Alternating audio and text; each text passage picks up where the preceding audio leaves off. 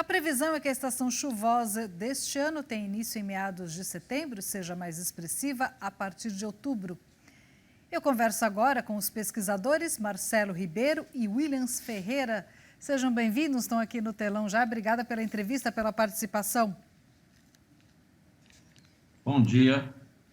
Bom dia. Vamos começar então. Como foi feito esse estudo? O estudo foi feito em conjunto, em dupla, né, por vocês? Exatamente. Esse é um trabalho que é feito rotineiramente todo mês.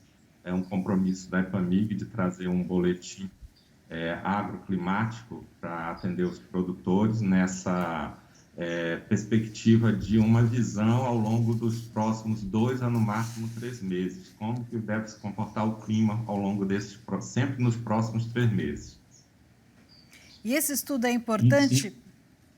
Pode falar, pode terminar.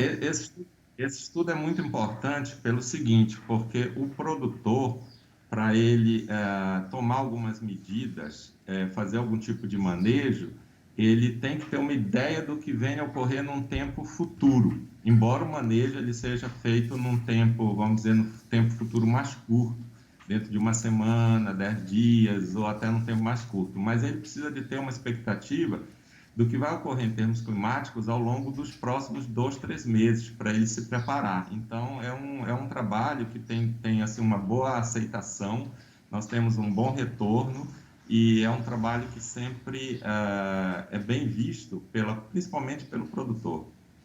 E qual que é a precisão hoje da meteorologia desse estudo? Há uma diferença entre meteorologia e climatologia. A meteorologia é uma ciência que trabalha na previsão do tempo, numa escala de dias, de 1, 2, 3 dias, é onde ela tem a maior percentual de acertabilidade dela, e indo até no máximo de 15 dias. Mesmo os melhores supercomputadores, uma previsão aceitável, com uma margem de acerto entre 90% e 100%, ela chega a no máximo 10 e 15 dias. Quando se trabalha com previsão climática, é uma previsão que é feita de forma diferente. Você trabalha, quando você fala em clima, com valores médios mensais e médios ligados à estação, ou seja, você trabalha com uma variação do verão, da primavera, do outono, você trabalha mais com dados estatísticos e com a própria dinâmica da atmosfera. Então, a gente trabalha também muito fazendo comparativo por similaridade com anos anteriores, o comportamento, e a previsão climática também, ela se vale muito da influência de fenômenos de grande escala, que são fenômenos que atuam no globo como um todo, e a gente tem um que tem uma influência muito grande sobre a América do Sul como um todo, inclusive no Brasil, que é chamado de fenômeno ENOS, El Niño Oscilação Sul. Ou seja, quando ocorre o El Niño, ou quando ocorre a Laninha, ou quando nós estamos num período de neutralidade, todo esse comportamento do que ocorre com a temperatura do oceano acoplado com a temperatura da atmosfera reflete no nosso regime, tanto térmico quanto pluviométrico aqui na região do Brasil, principalmente na nossa região aqui do sul do Brasil e nordeste do Brasil. Mas a gente aqui no sudeste, a gente também é afetado, em menor proporção, mas também é afetado. Bacana essa explicação. Vamos falar das chuvas, quando começam as chuvas? Para esse ano, a gente trabalhando com vários modelos internacionais, eles estão convergindo nas informações. Os resultados que a gente tem é que, diferentemente de outros anos, dos anos passados, mais recentes, dos últimos 2, 3 anos, para esse ano agora, nós temos uma probabilidade maior de que a chuva ela já tenha início, a estação chuvosa, já no mês de setembro.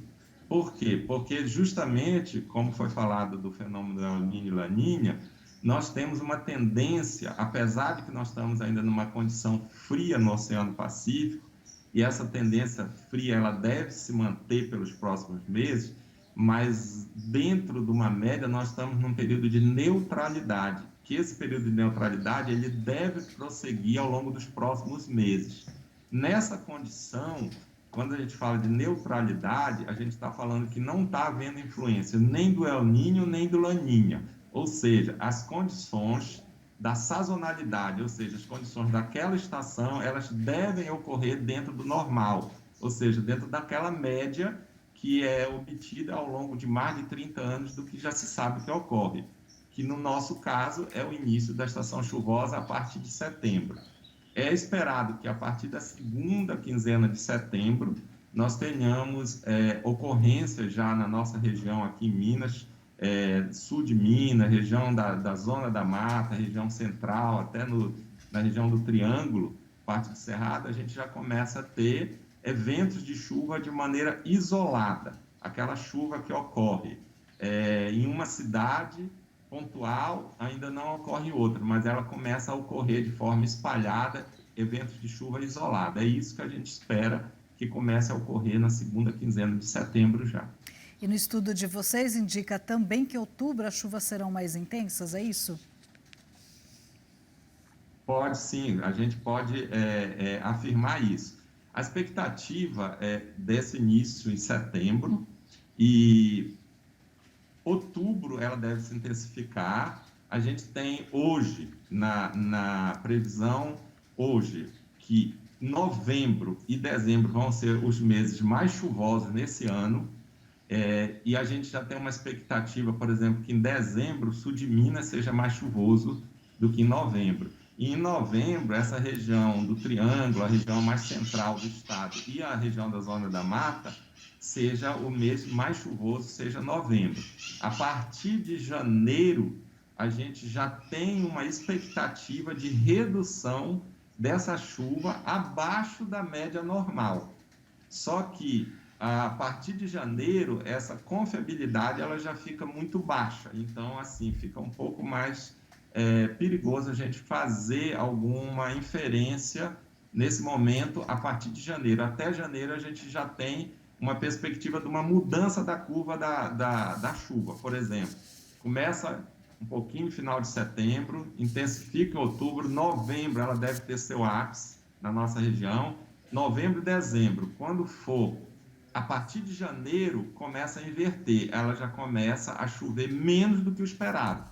A gente tem que lembrar, porém, que a estação chuvosa, o período do verão, que é quando a gente tem maior volume de chuva. Então, a gente tem que saber diferenciar o que ocorre na estação, ou seja, a tendência de aumento da chuva à medida que a gente aproxima do verão, só que dentro dessa normalidade do verão é que a gente está falando que a tendência é estar um pouco abaixo da normalidade que iria ocorrer em janeiro. Então, o grosso da chuva deve ocorrer mais em novembro e dezembro na nossa região nesse ano. Agora, queria pedir para outro pesquisador responder um pouco também, para falar da importância desse estudo para o produtor. Quem é o produtor que mais usa esse tipo de previsão, esse tipo de estudo? Essas informações que o William passou são muito importantes para o produtor, para tomar as decisões de manejo e tratos culturais das lavouras de café. No momento agora, né, nós tivemos 2 geadas, né, e essas informações são importantes porque o produtor, como o Williams falou, que no próximo mês de setembro, na segunda quinzena, tem uma previsão de início das chuvas, então o café irá iniciar novas brotações e aí é o momento correto para o produtor fazer as interferências na lavoura, não fazer nesse momento, né? Então temos que esperar, aguardar as brotações novas iniciarem para ele tomar a decisão correta e no momento correto de fazer uma interferência na lavoura, caso necessária, né, no sentido de fazer podas, né, eliminar essa parte cortada que foi danificada pela geada. O produtor hoje, ao contrário do que ocorria no passado, o produtor hoje ele é uma pessoa extremamente informada. Mesmo o pequeno produtor, aquele produtor que tem pouco recurso, hoje ele tem acesso ao WhatsApp, ele tem acesso a essas redes de comunicação entre os próprios produtores, E as cooperativas hoje, elas estão muito organizadas. Então, hoje, os técnicos, eles têm acesso a esses boletins que nós publicamos no site da EPAMIG, e o produtor, ele tem essa informação, chega a ele em tempo hábil, em tempo muito rápido, porque esse meio de comunicação utilizado hoje, ele traz para o agricultor uma agilidade nas informações. Por isso que é tão importante a gente também ter agilidade na produção dessas informações. Porque quanto antes chegar, o produtor consegue se prevenir. Eu falei com a meteorologista hoje na abertura do programa e ela falou sobre a geada, que é uma ocorrência comum nessa época do ano, mas que a gente estava desacostumado. O produtor, ele fica surpreso com esses boletins quando fala, olha, vai ter uma previsão de geada, porque a gente baixa a guarda, né? Quando a gente fica muitos anos sem ter essa incidência, né? Na verdade, o que ocorre é o seguinte, no clima, de maneira geral, a gente tem uma variação que a gente chama variação decadal do Pacífico. É uma variação que ocorre, em média, a cada 10, 12, 13 anos. Ou seja, tentando explicar de maneira mais simples, é como se nós tivéssemos 10, 12 anos com temperaturas mais elevadas, 10, 12 anos com temperaturas médias mais baixas. Como você falar num período de 4, 5 anos, o produtor ele já esquece o que ocorreu lá para trás. Então, ele se habitua a um comportamento de uma tendência naquele período. Quando ocorre uma mudança, como está ocorrendo agora, a probabilidade de, ao longo dos próximos anos, a gente ter novamente eventos de geada, ela aumenta a partir desse ano para frente, o produtor, de fato, ele se assusta quando ele tem informação de que vai entrar uma frente fria mais forte, como se fosse algo anormal. Inclusive, os meios de comunicação também não especializados, eles alarmam isso, tentam criar uma espécie de terrorismo de informação, colocando, inclusive, o produtor também assustado. E realmente ele não está mais acostumado, mas não é nada anormal. É só uma frente fria mais forte que entrou e que provocou geada em algumas regiões, que são regiões que têm tendência de ocorrer geada pela sua característica do seu relevo. Isso não foi nada normal. Tá bom, eu queria muito agradecer a participação de vocês, obrigado e parabéns aí pelo trabalho. É sempre importante, né, alertar o produtor do que vai acontecer ali na frente. Obrigada pelas informações.